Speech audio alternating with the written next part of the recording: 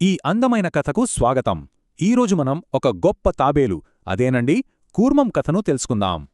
సరే, కథలోకి వెళ్దామా? ఒకప్పుడు ప్రపంచమంతా గజగజ వణికిపోయేంత ఒక అతిపెద్ద సమస్యొచ్చింది. దేవతలు, రాక్షసులు కలిసి ఏం చేశారంటే మందర పర్వతం, వాసుకి సర్పంతో పాలసముద్రాన్ని చిలకడం మొదలుపెట్టారు. వాళ్లు ఎంత లాగినా ఆ పర్వతం మహాబరువు కదా, నెమ్మదిగా సముద్రంలో మునిగిపోవటం మొదలైంది. అప్పుడే శ్రీమహావిష్ణువు పెద్ద కూర్మావతారం ఎత్తి ఆ చీకటి సముద్రం అడుగునుంచి పైకి వచ్చాడు.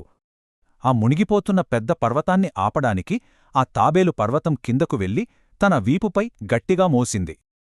చూశారా, పైన ఎంతో గందరగోళం, కాని కింద ఉన్న కూర్మం మాత్రం ఎంతో ప్రశాంతంగా ఉంది.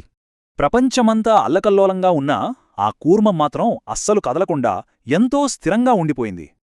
అసలు ఓపిక అంటే ఏంటి? కష్టంగా ఉన్నప్పుడు భయపడకుండా మళ్లీ ప్రయత్నిస్తూ స్థిరంగా ఉండటమే. తొందరపడకుండా కష్టమైన పనిని కూడా నెమ్మదిగా చేసినప్పుడు పిల్లలు అద్భుతమైన ఓపికను చూపిస్తారు. ఇక్కడ ఆసక్తికరమైన విషయమేంటంటే ప్రశాంతంగా ఉండటమే నిజమైన బలం, అరుస్తూ ఉండటం కాదు.